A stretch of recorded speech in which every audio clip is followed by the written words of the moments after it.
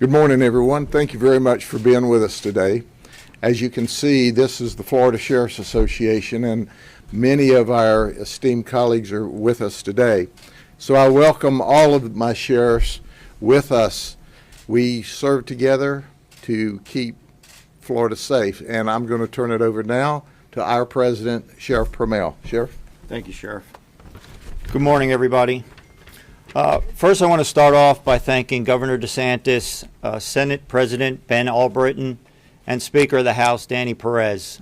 Since these immigration discussions have started with the special session, they brought us right in and gave us a seat at the table to discuss all this. And now we have the laws that are passed. A lot of you have heard 287G. Well, 287G falls under Title 8 of the U.S. Immigration Code. And it outlines several different programs in which local law enforcement can use to assist ICE and HSI. One of those programs is what's called the Warrant Service Officer Program. This allows us to train our deputies within the jails. They get special certifications, and they can serve warrant detainers that ICE issues out to those criminal illegals that come into our jails. And I am very proud to report, through the hard work of the sheriffs and the staff at the Florida Sheriff's Association, all 57 sheriff-run jails and 10 county-run jails have their WSO MOAs signed. And we are now working on, within the next couple of weeks, we're very hopeful that we will have the training here in Florida and that all of the jails will be up and running.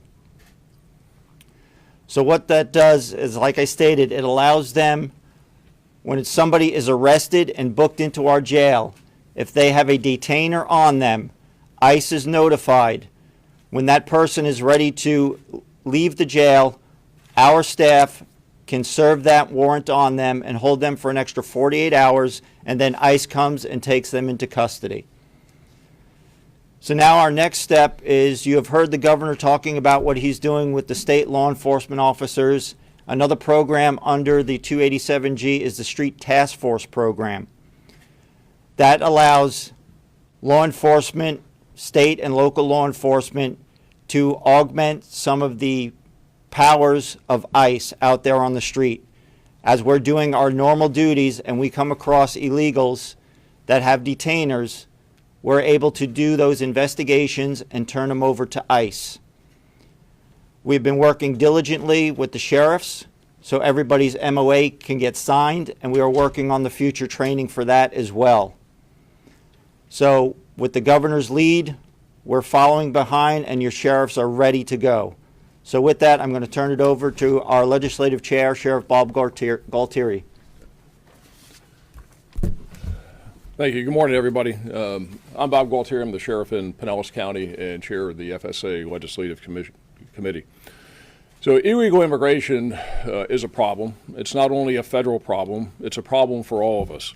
It's a problem for every village, every town, every city, every county, and every state in America. It's a problem for a number of reasons, but at the forefront is the problem of criminal illegals. Those in our country who wreak havoc in our communities, those who victimize our citizens by peddling their dope, stealing, molesting kids, and killing people. This is wrong. It's not okay. And there are some people out there, and we understand this, who espouse empathy for some people in our country illegally because of decades of failed federal immigration policies. Those are people who have been here for years, albeit illegally, who have assimilated into our communities, work in some cases, and in some cases even pay taxes, and those people commit no crimes. And there is room for discussion about that. But there is no room for discussion about those who are in this country illegally, who are victimizing our citizens, who are committing crimes, who are disobeying our laws. There's no room for discussion about that, and these people need to go, and they need to go today. There's also no room for discussion about the people who come here illegally, go through the immigration process. A judge orders them deported. They are deported, and then they come back again illegally, like the illegal who twice came back, who killed one of our deputies in September of 2022. That guy, as I said, was twice previously deported back to Honduras. He came back a third time illegally through Eagle Pass, Texas, and he killed Pinellas County Sheriff's Deputy Michael Hartwick. There's also no room for discussion about the 1.4 million people in our country today with active, final deportation orders issued by a judge who also issued a warrant for their removal, and these people simply flick their finger at the court and they haven't left. What I say to that is just no. This is not okay. From everything we have heard, seen, and been a part of with the federal government, their priority is apprehending and deporting as quickly as possible those who are criminal illegals, public safety threats, national security threats, those who have been previously deported and come back again, like Deputy Hartwick's killer, and those who are ignoring a judge's order to leave after they had their day in court. There's a number of ways that sheriffs and other local law enforcement agencies can help ICE, and we should help ICE, because ICE does not have the resources to do it alone, and it's our constituents, the people who elected us, to keep them safe, who are being victimized by these criminal illegals. Now, sheriffs work closely with ICE now, and according to ICE, the most pressing need they have is for us to deliver to them people who are booked into our jails, who are clearly illegals and have clearly committed crimes, so that these people are deported and not released back into the community to yet commit more crime. We do that, as Sheriff Pimmel mentioned, by honoring the immigration detainer requests and the accompanying warrant. Now, I have an example of those up here to the board to the left, and one of them is the detainer itself, which is the request, and the warrant is what gives us the authority, the legal authority, to hold these people. And we're working with ICE to honor these immigration detainer requests, and we have going back to 2017. But back in 2017, we ran into a problem, and there was a legal problem. But we worked with then ICE Director Tom Homan, and we came up with a legal solution where our deputies in the jails across Florida would be deputized under 287G to serve these ICE arrest warrants that go with the detainers. We were able to implement this in some of Florida's county jails before President Trump left office the first time, but not in all counties. And when the Biden administration came in, they gutted the program. They stopped the deputizations. During the first Trump administration, I'll give you an example just for the Pinellas County Jail, we were averaging about 400 detainers a year. In the first year of the Biden administration, we got 14. We currently have about 150 people in the Pinellas County Jail. And remember, there are 66 other jails in Florida of people who are charged with crimes, who are in the country illegally, and for whom we have received ICE detainers. Now, 6 of these people, and I'm going to go through these people that we have up here on the boards. The first one is they're currently in the Pinellas County Jail, been charged with state crimes, here illegally. The first one is Gennaro Pena. He's illegally here from Mexico. We arrested him in Pinellas County on a charge of burglary to an occupied structure. Now, think about this. He's here illegally from Mexico. He's breaking into people's homes. And here in Florida, okay, his criminal history is aggravated battery, trespassing, resisting a law enforcement officer, 2 additional previous burglary charges, brawling, possession of crack cocaine, petty theft, and criminal mischief. The next one is Samuel Pedraza Garcia. He's also here illegally from Mexico, and we arrested him on 20 counts of viewing and possessing child pornography. The next one is Moises Israel Sanchez Hernandez. He's illegally here from El Salvador. We arrested him on a charge of lewd and lascivious molestation of a child under 12 years old. This child molester has a Florida criminal arrest record for domestic violence, possession of cocaine, forgery, hit and run with injuries, attempted purchase of cocaine, and a probation violation. The next one is Jamie Moran, illegally here from Mexico. He was arrested in our county for lewd and lascivious molestation and sexual battery of a child under 12 years old. To put this one in simple terms, this illegal alien from Mexico raped a kid under 12 years old. That's not okay. His arrest record, on top of this, raping a kid under 12, is for larceny, theft, domestic battery, soliciting for prostitution, and domestic battery.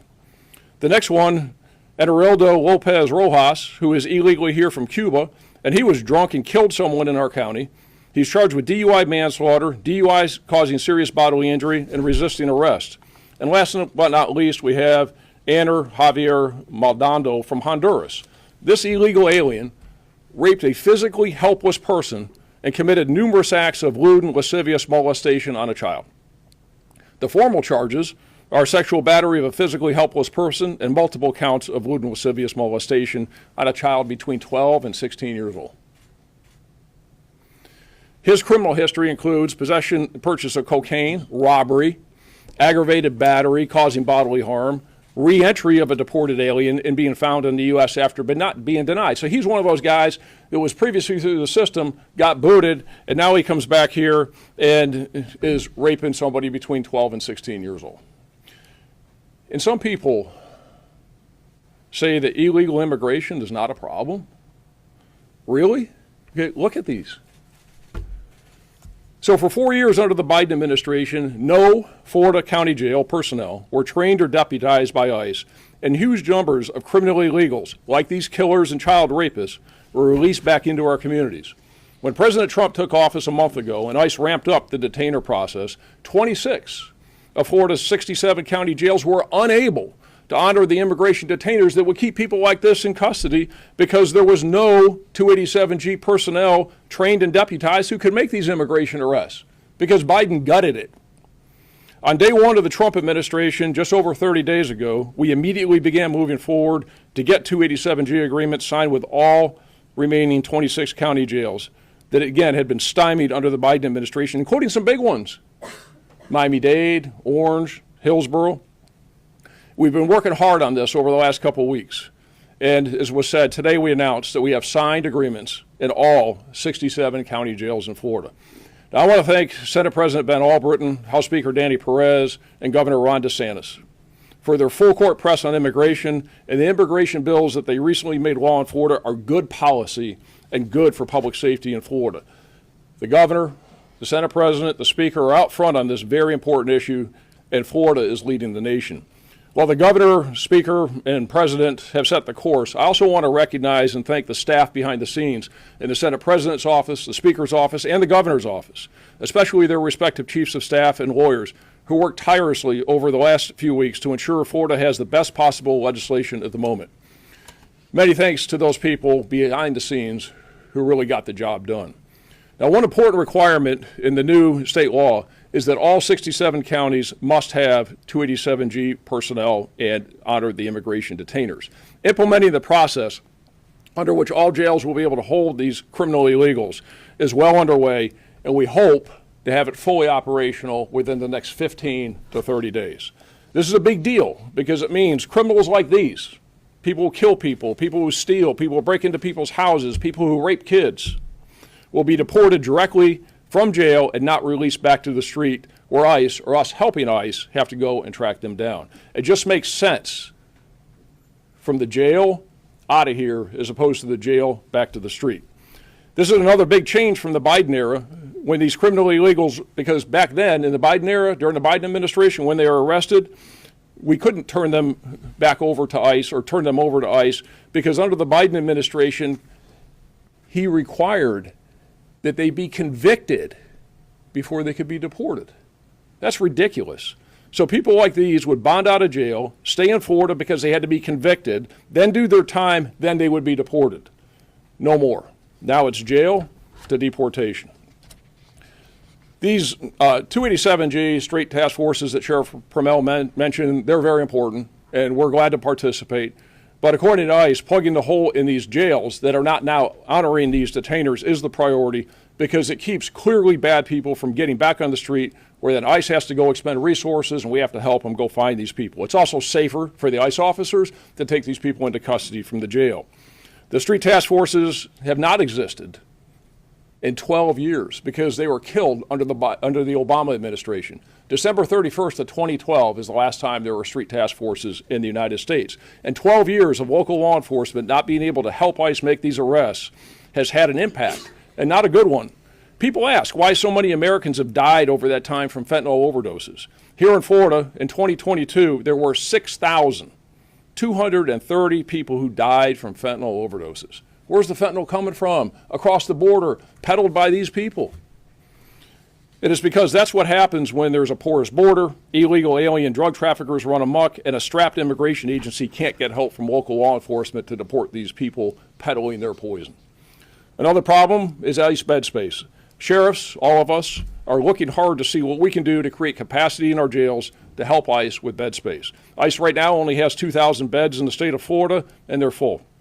With the jail detainer program coming online in big counties like Miami-Dade, Orange, and Hillsborough, beds are going to be an issue, but that cannot get in the way of getting these criminal illegals out of our state and out of our country. The Florida Sheriffs look forward to working with our federal partners to do what Florida citizens elected us to do, and that is to keep them safe, and we're going to do that. And I'll turn it over to Sheriff Judd. Thank you, Sheriff. When you look up here today, you see the best law enforcement leaders in the state of Florida. When you see this that says 67, you go, oh, that's good. That's no small task. It's the Florida Sheriff's Association leading the way for the state of Florida. But we're also leading the way for the United States. We're creating the example for other states, other sheriffs associations to follow.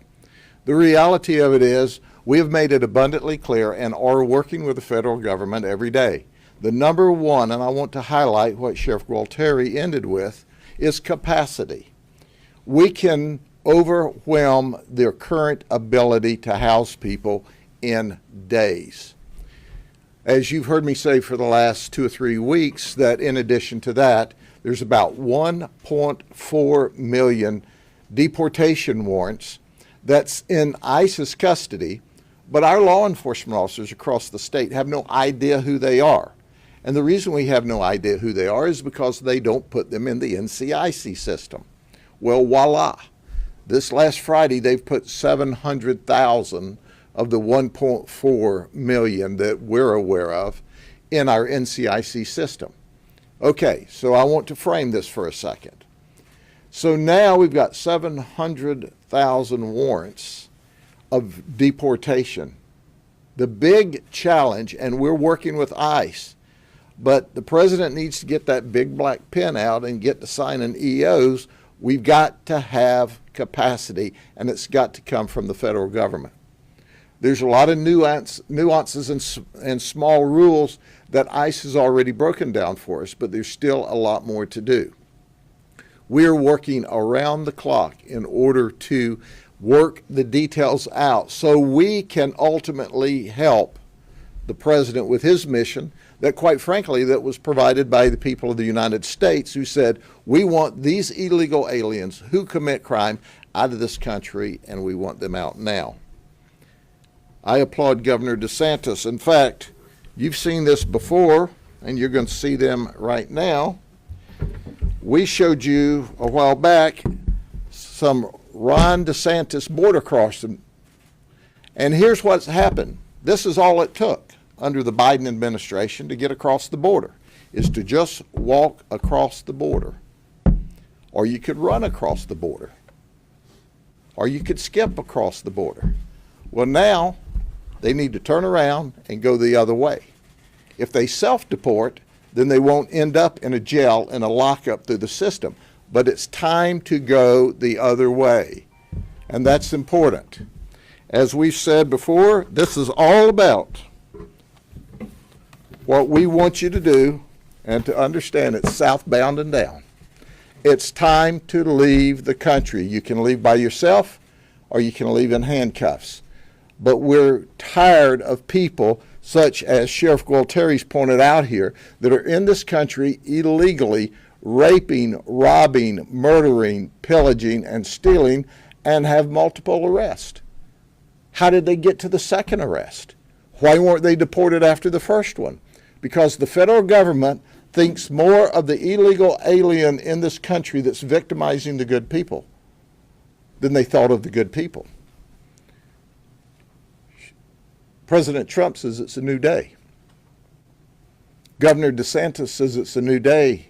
Governor DeSantis and our president, Ben Albritton, and our speaker, Danny Perez, says we're going to not only lead the state in keeping the people of the state of Florida safe, but we're going to lead the nation and show them how. With that, any of the sheriffs will take questions from y'all. I have a quick question for Sheriff Gualtieri. Yep. So you mentioned Molina Salas, and I wanted to know your thoughts on him pleading guilty, and Right. also what do you feel like needs to be done in a workplace so that situation doesn't happen again? Well, I'm glad he pled guilty, and he's going to be sentenced upcoming. I'm sure the judge will do the right thing, and he's going to get many, many years in prison, and then be deported again, and hopefully that we see a sea change in this country, and he won't come back for a fourth time and kill a cop again. So as far as the company is concerned, I did a press conference right after Mike Hartwick was killed, and it was obvious that they were not doing what they needed to do as far as their diligence in making sure that they were hiring people who were illegal. Because I can tell you, I put eyes on some of those documents on a personnel file standing on the side of 275 when we were hunting this guy down, and they were just fake IDs is what they were. And, he was able to clear E-Verify because he had fake information and fake IDs. But I believe there's still some investigation ongoing into that.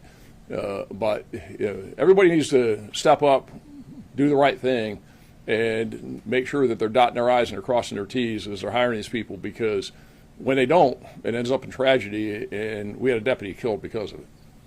I had a question on, just to clarify how the system works now. You mentioned that you're not waiting for a conviction anymore. So Right. what happens in these serious crimes? Is it are they held and facing justice? So what happens is that people get booked into the jails. We get notified by ICE that this person has been confirmed as somebody who is here illegally, and then they send us the detainer and the warrant. And then that person, it goes through the state system on their state charges as long as they don't get out of jail.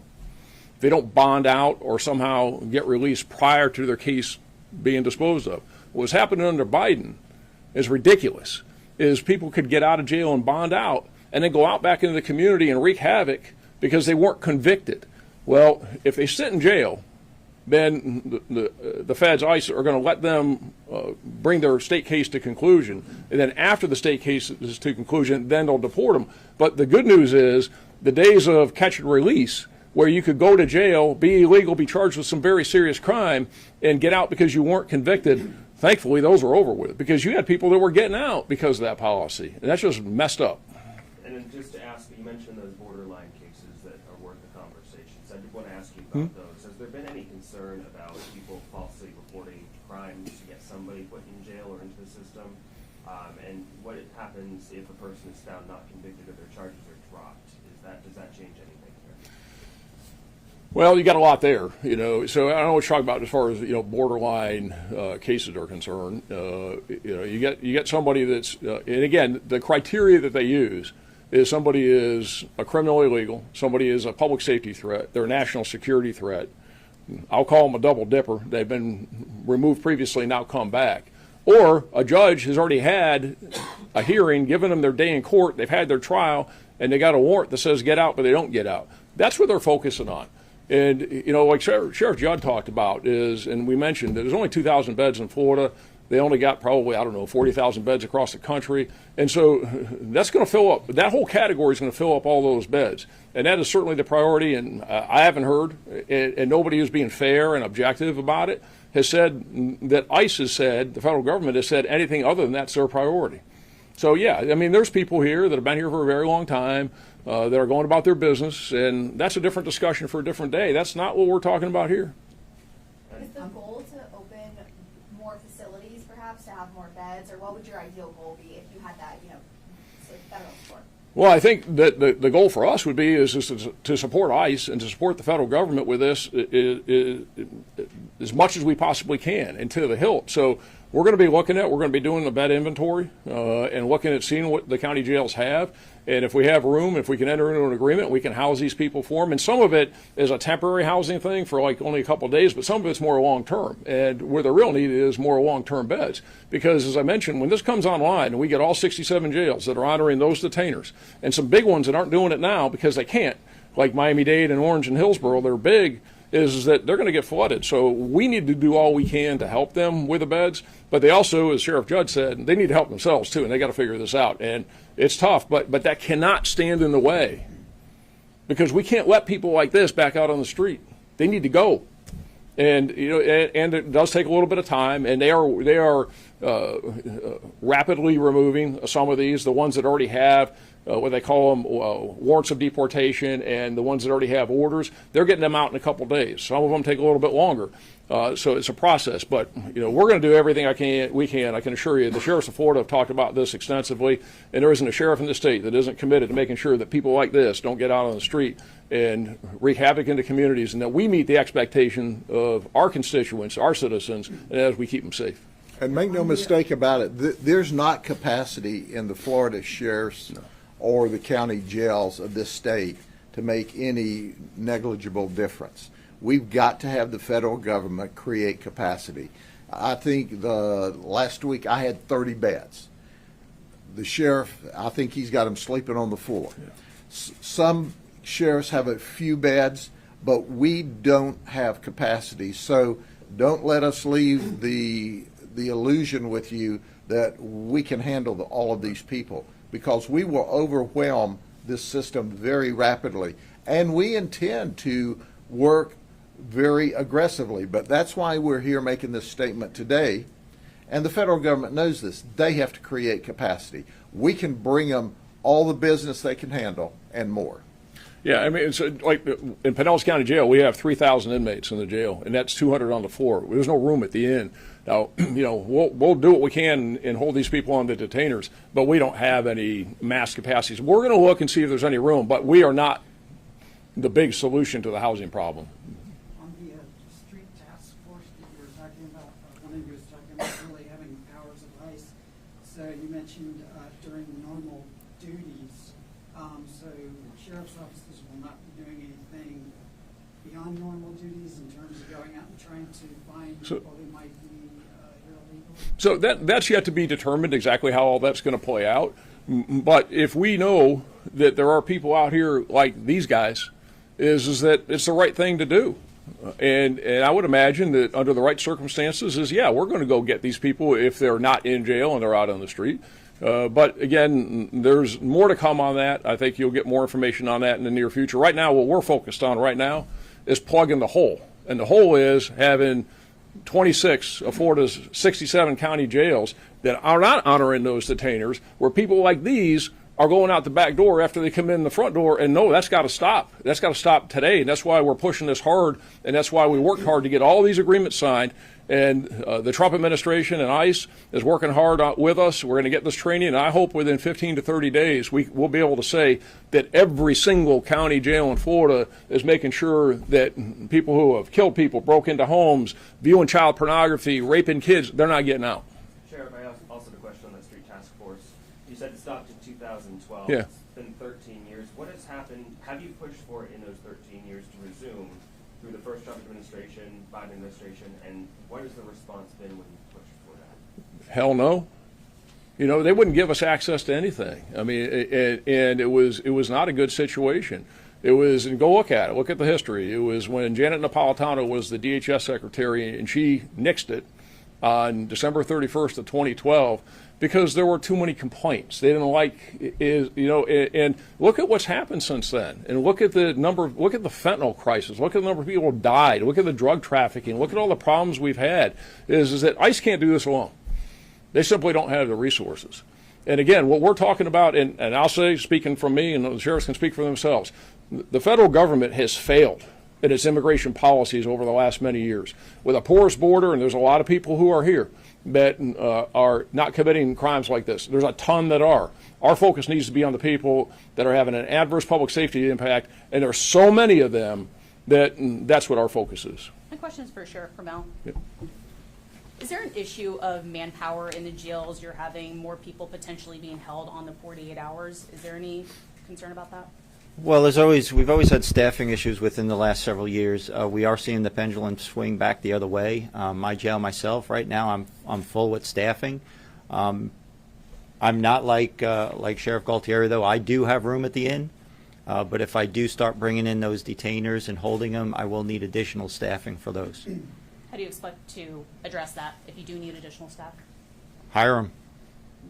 I have a question for a smaller sheriff. I'm looking at my Sheriff Breeden, but anybody from a smaller county.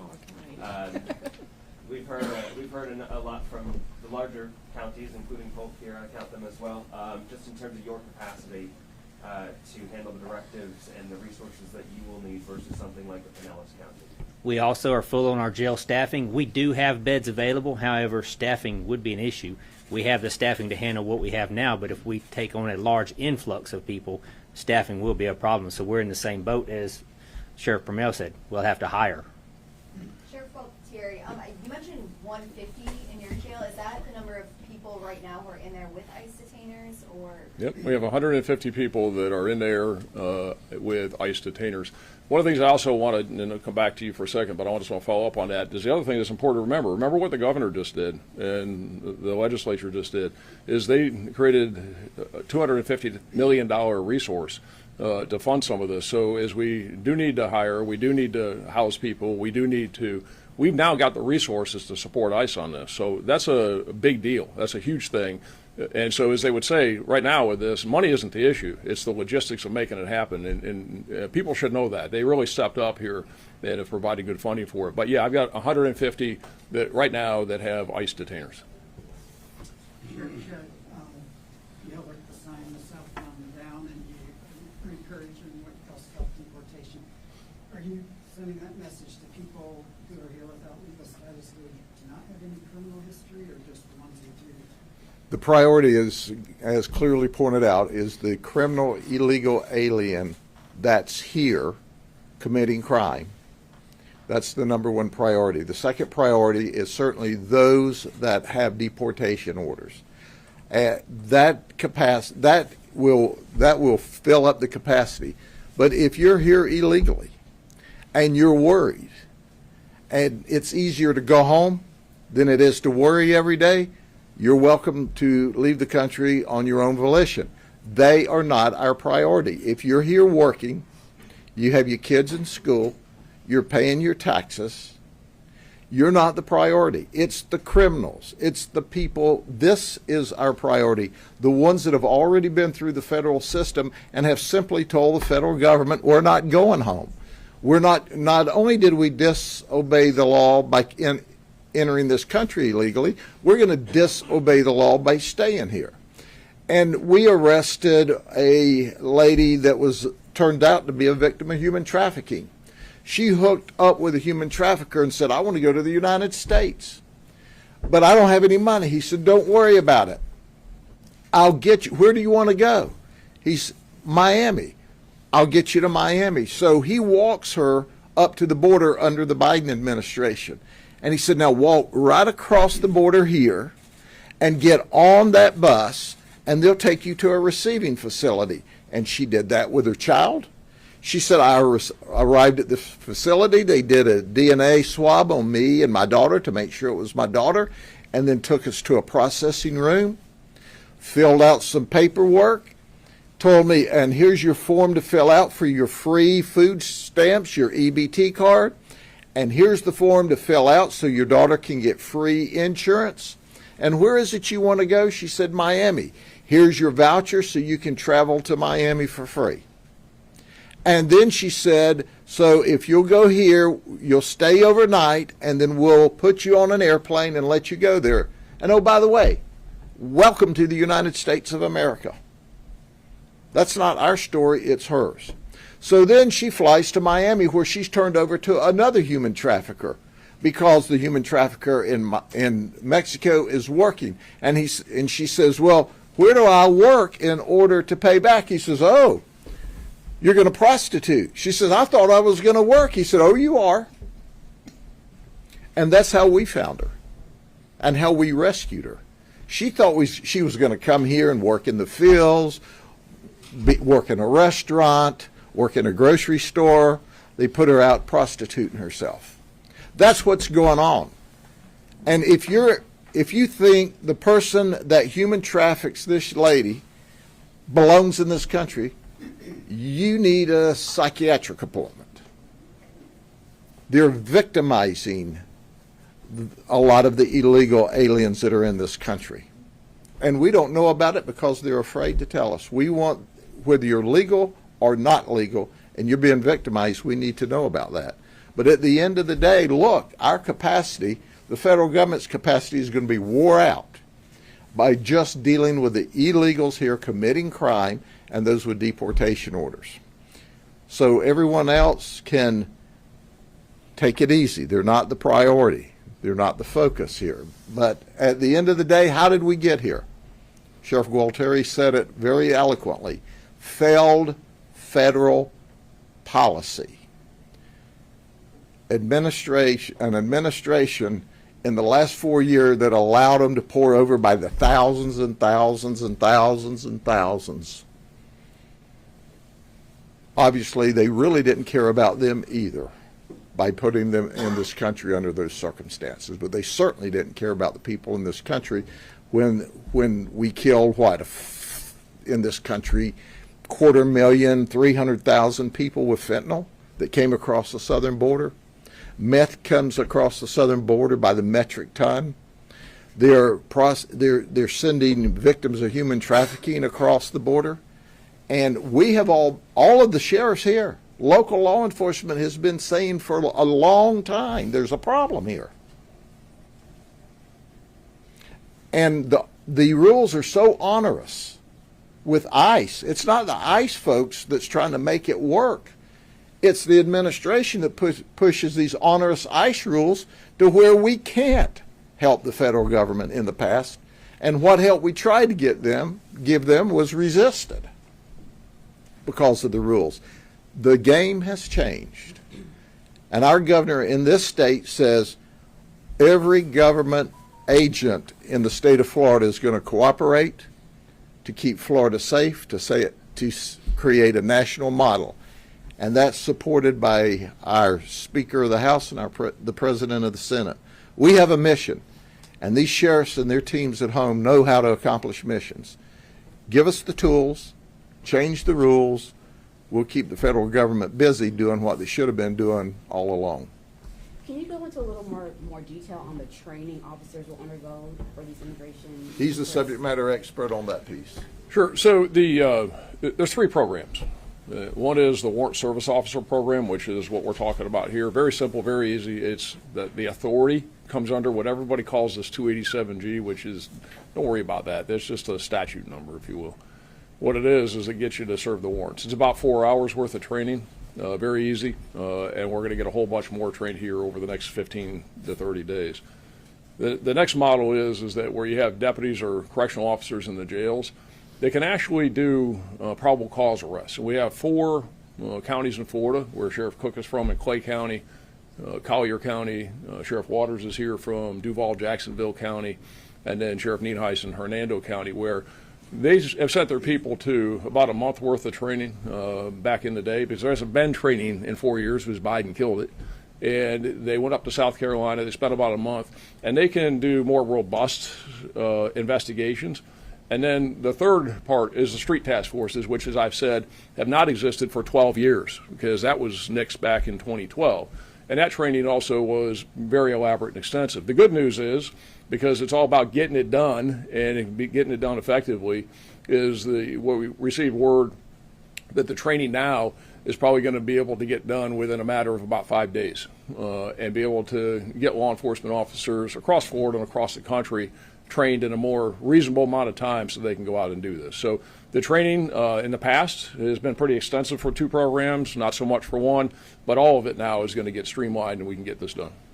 My question is, are they learning certain ways to ask questions on immigration? Like, what are they learning? So to say that immigration is confusing and complex is probably an understatement. There's a lot to it, and they just need to know the basics. They don't have to be experts in it. And I tell you, some of the real heroes in this are the officers, the deportation officers from ICE's Office of ERO, or Enforcement Removal Operations, because they have mastered some very, very difficult laws and a very complex subject matter, and they're the experts. We don't have to be the expert. We have to know enough in order to protect people's rights, to do the right thing, know when we can act, and then turn it over to them and let them do it. So we don't have to turn local cops into immigration officers. We have to know enough to be able to be effective, to be legal, and then let them do their job. If a person was to be pulled over for a traffic infraction and they have one of those immigration warrants, would they then be arrested and deported? Short answer is yes. Okay. Short answer is yes. We're working on some logistics on that, but I think anybody, and here's the message. If you're part of that 1.4 million that has one of these warrants outstanding, and you're here illegally, and you went through the process and you went before a judge, and the judge gave you your day in court, you had your trial, and the judge said, I'm determined in alienage, I'm determined that you shouldn't be here, you don't qualify for anything, you've extended and overstayed your welcome here, and I'm issuing a court order, and a warrant that says you need to go. Why don't you get out? Because, so if you're one of those people, you should absolutely expect that if you come in contact with a law enforcement officer, that we're going to help you get out of here. Because that's not what you do in America. You don't thumb your nose, you don't stick your finger up at the court system and judicial system and the criminal justice system or the justice system, because most of that's civil. But and are there any steps that are going to be taken to help prevent racial profiling in those situations? we don't racial profile. Cops are going to do the right thing. And this is where some of the stuff, and people, go down this path. And this is one of the reasons why the noise that was made back in 2012, that there was, all this unjust stuff being done. If somebody has an allegation that one of our people, is doing something improper, bring it to us. We're going to investigate it thoroughly. And if somebody needs to be held accountable for doing something wrong, we're going to hold them accountable. It gets old hearing that, quite honestly, because 99.9% of all the cops in this country are doing the right thing. They're working hard, and we're trying to make good things happen to protect the public. If we're not perfect, then our people aren't perfect. And sometimes we get somebody that screws up. And if they do, I'll be the first one to hold them accountable for it. So, this whole thing is, they're going to be out there racial No, that's noise. Show me where it's happening. Show me what the allegation is. We'll thoroughly investigate it. And if somebody did that, they'll be held accountable for it. I'm sure every sheriff up here feels the same way. But in the meantime, we're going to go do our job, and we're going to do it aggressively to protect the citizens. Kind of following up on that, when you were talking about the street task force details still kind of to be disclosed about exactly what they're doing. I mean, do you foresee doing traffic checks and? All that's yet to be determined. Okay, is that again? That's not in place right now. What we want to focus on today is plugging this gaping hole with the jails, and we can come back at some point and have more discussion about the task forces and how they're operating. But I think that's best left because, again, the training hasn't begun. They haven't been formed. Now, I want to say this too: is that be clear about this. Is that from that using the term task force, we today are working with ICE. We're working with the Office of Enforcement, ERO, Enforcement Removal Operations. We're working with HSI. We'll go out because cops help cops. So you'll see us out there today, and if ERO comes into Pinellas County today and says, hey, look, we're going to do an operation, and will you give us a couple uniformed deputies to help out? You bet we will.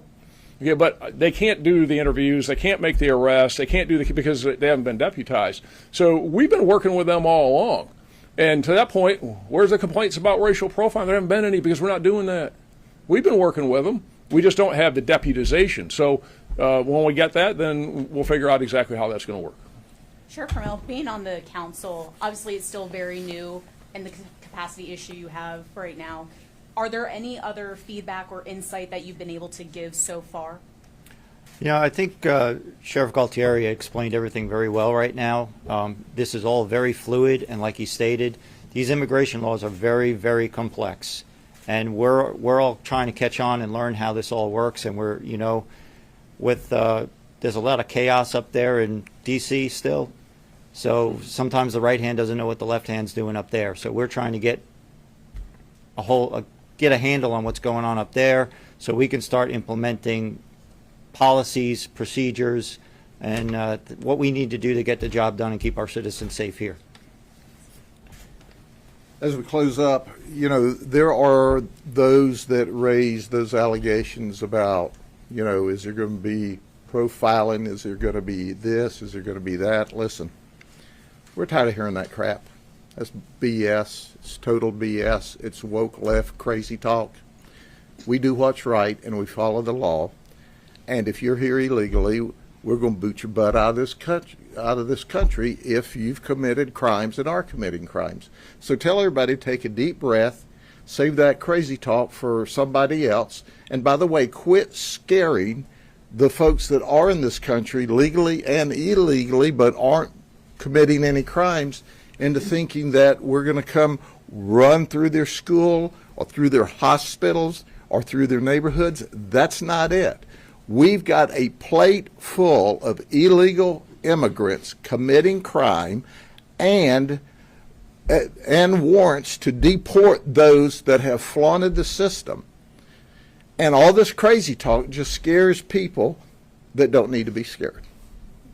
Just follow what the federal government tells you to do when they tell you to do it, okay? Thank you. Let me just, because you raise an important thing. This is something that comes up all the time, and we get criticized, or ICE gets criticized for it. Is that under Biden, he said that ICE could not go to a hospital, couldn't go to a school, couldn't go to a church. And so when the Trump administration reversed that and said, you know what, these cops, these ERO officers, they can go. Show me one time, one place, other than the hype, the hyperbole, the nonsense, all the rhetoric. Show me one time, one place where they have gone to a school, a church, or a hospital to do some type of a raid. All they wanted to do was take the handcuffs off of them. So when you get a 17-year-old Venezuelan gang member who's happened to be sitting at a school, that they could do what the FBI does, what DEA does, what the sheriff's office do, what the police departments do, is we're not restricted from going to get somebody in some place where you got one of these guys. That's all that was. But what that got turned into, oh my God, they're going to go into the schools and they're going to be doing raids and taking kids out. Show me one. Where at a hospital do they do that? They haven't. And show me where at a church they've hit. But if you have somebody, those places also shouldn't be safe havens for Venezuelan gang members or people like this. So if they need to go there, they should be allowed. That's all that was. But that got turned into everything that it's not. So let's just call it what it is. And the only thing they ask for is to restore their ability to do their job. Okay, thank you very much. I'm going to be back in just a few minutes to talk about this homicide for those of you who are interested in it. I'll be back in just a few minutes. Thank you, Sheriff.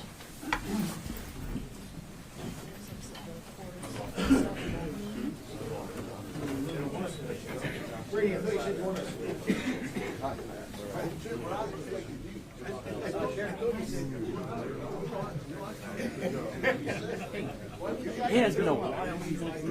So, quick update. What do you call it? Oh, now it's gone. There we go. Hold on. This in last month. We got the end award for the that water rescue you guys did. So yeah, I just want to say thank you who took the time to talk to us. Yeah. As the rescue was happening. So couldn't have done it without me. My pleasure. Yeah, very good. Well, congratulations. Good job. All right, I'll give it. I got a little cold, but I don't want to give it to whoever gave it to me. I'm going to pass on the favor. Have a good day. Congratulations, though. That's good stuff. Appreciate it.